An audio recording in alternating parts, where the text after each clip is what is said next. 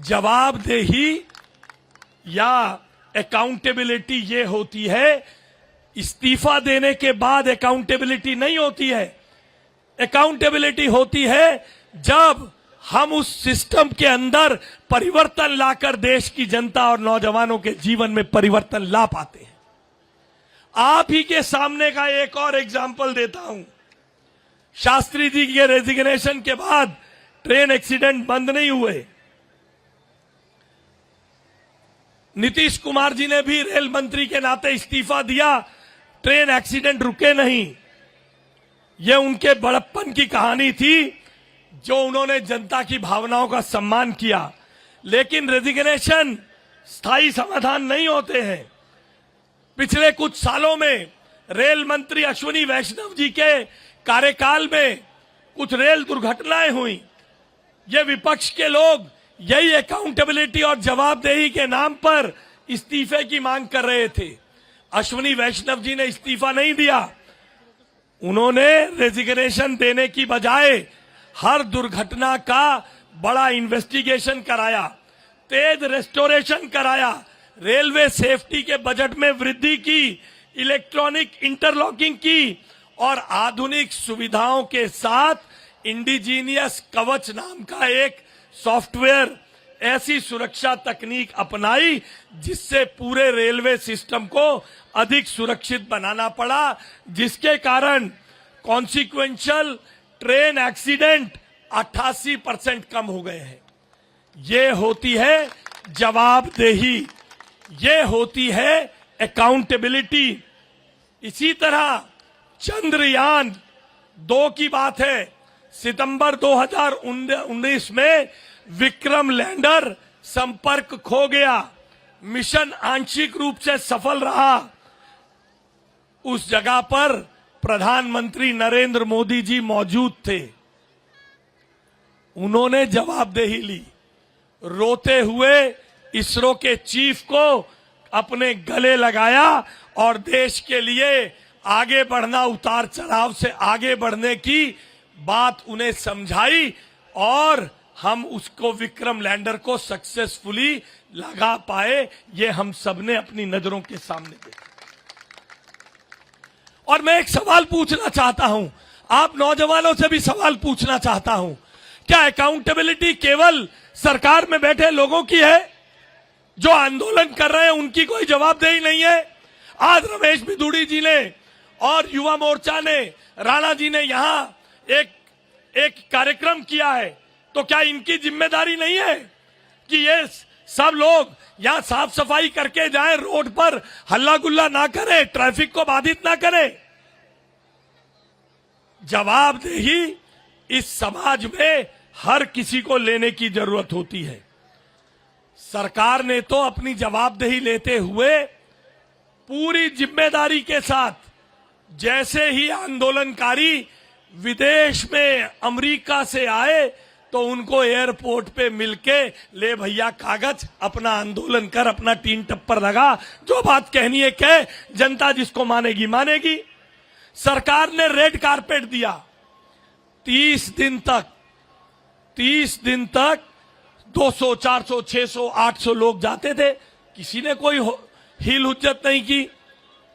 मगर 20 जुलाई को जिस दिन हिंसा हुई, 20 जुलाई को जिस दिन हिंसा हुई, उस दिन पुलिस को भी बल प्रयोग करना पड़ा। अब मैं अपनी युवा पीढ़ी से यह सवाल पूछना चाहता हूं, in democracy we agree to disagree, मगर इसका अर्थ ये नहीं है आप आंदोलन कर रहे हैं तो गुंडई करके कानून को अपने हाथ में लेंगे। क्या आंदोलन करने वालों की जवाबदेही नहीं है? मैं आपसे पूछता हूं, क्या आंदोलन करने वालों के प्रति, उनके समाज के बाकी लोगों के प्रति जिम्मेदारी नहीं है? उस जिम्मेदारी को नहीं निभाया गया। बहनों और भाइयों, देश की संसद में घुसने का प्रयास किया गया। मेरे प्यारे बच्चों, आप लोगों के जन्म से भी बहुत पहले देश की संसद में साधु सन्यासियों ने 7 नवंबर 1966 को घुसने की कोशिश की थी। तो यही जो लोग आज बैठे हैं यहां नरेंद्र मोदी जी पर सवाल उठाते हैं, संसद के बाहर गौ रक्षा के लिए मांग करने वाले निरीह साधुओं पर गोली चलाकर हजारों लोग तो ऐसा कहते हैं कि ट्रकों में शव लाद कर ले जाए गए। संसद की गरिमा सर्वश्रेष्ठ है, सबसे सर्वोपरि है।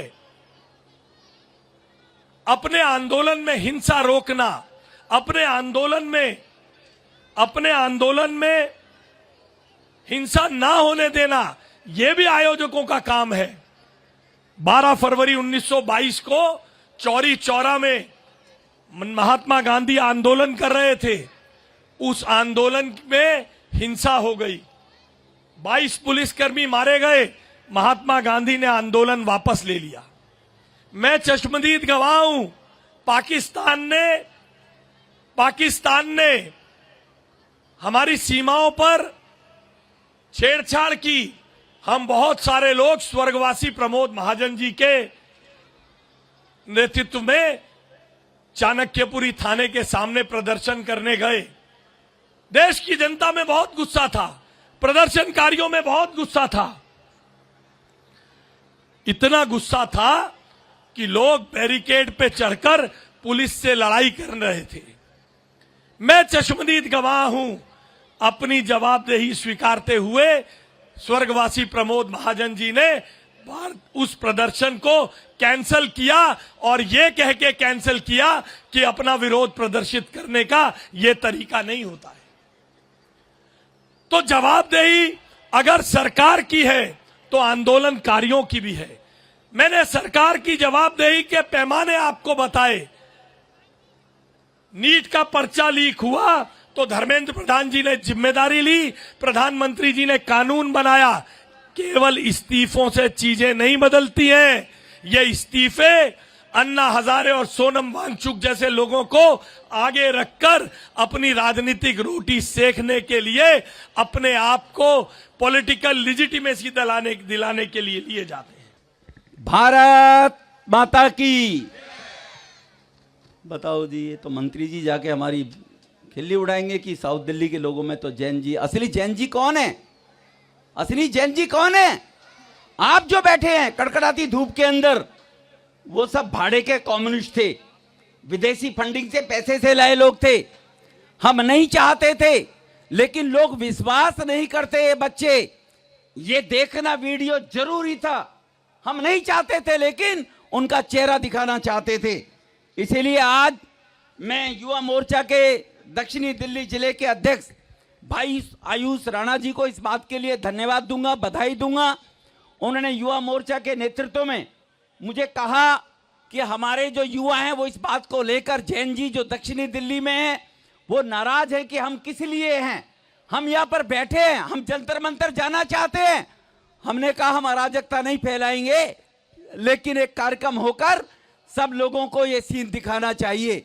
इसलिए एक बार जोरदार आयुष राणा जी के लिए ताली बजाएं, जिन्होंने इस भव्य कार्यक्रम का आयोजन किया। हमारे दिल्ली सरकार में केंद्रीय मंत्री, गृह, एजुकेशन, स्पोर्ट्स, बिजली, अनेक प्रकार के मंत्रालयों का वो काम देख रहे हैं। दिल्ली सरकार जिस प्रकार से दिल्ली के विकास के लिए आगे मात्र 1-1.5 साल में आपने देखा होगा जो निर्णय लिए गए हैं, चाहे यमुना जी के बारे में हो, चाहे वो स्कूल एजुकेशन के बारे में हो, और चाहे वो दिल्ली की सड़कों के बारे में हो। मैं उस विषय पे नहीं जाना चाहता, लेकिन भाइयों, मित्रों और बहनों, आपके सबके सामने मैं ये बात जरूर रखूंगा कि आज का ये कार्यक्रम, जैन जी का कार्यक्रम जो हुआ है, वो आप सबको क्यों कष्ट दिया गया है, माननीय मंत्री जी को क्यों बुलाया गया है, इस काम के लिए मैं आपके बीच में 5 मिनट ये बात रखना चाहता हूं कि इस देश की स्थिति कैसी थी। जो बच्चा 10 साल 12 साल पहले 10 साल का था, 10वीं क्लास 5वीं क्लास में पढ़ता था, आज वो 22 साल का हो गया। उस बच्चे को जानकारी नहीं होगी किसी भी रूप में कि पाकिस्तान की सीमा पर, बांग्लादेश चाइना की सीमा पर, हमारे सीमा पर सेनानियों के कैसे सर काटकर फुटबॉल खेली जाती थी। जो बच्चा 10 साल 12 साल का था, 7 साल 15 साल का था, 12 साल पहले उसको नहीं मालूम, वो मम्मी पापा से भी नहीं पूछता होगा कि हम रेलवे स्टेशन पे जाते थे, बस स्टेशन पे जाते थे, हर जगह लिखा होता था लावारिस वस्तु को ना छुएं, ये बम हो सकती है। इस प्रकार का आतंक देश में था 12 साल पहले, मोदी साहब के आने से पहले। ये जो आतंक देश में था वो आज के 12, 18, 20 साल के बच्चे नहीं जानते, 22, 25 साल के बच्चे, उनको नहीं जानकारी है 12 साल पहले देश की स्थिति क्या थी। हमारे देश के अंदर पेपर लीक होने का काम ये 12 साल पहले कितनी तेजी से चलता था, ये भी आप लोगों ने नहीं देखा, जो आज जैन जी के रूप में 25-27 साल के बच्चे हैं। ये जो बेटियां हमारी किसी के बहकावे में भी गंदे गंदे अल्फाजों का, शब्दों का यूज कर रही थी, इन बेटियों को नहीं मालूम कि 12 साल पहले भारत की क्या स्थिति थी। ये छोटे छोटे बच्चे, ये सब बच्चे आगे आए, जरा पीछे चले जाएं बेटे, आप थोड़ा धूप का रंग देखिए जरा थोड़ा सा, आपसे पहले जो आगे, ये कार्यक्रम 5 बजे का था, लेकिन आज जी का कार्यक्रम 5 बजे है, इसलिए हमने फिर ये तुरंत इसको प्रीपोन्ड करके 4 बजे किया गया।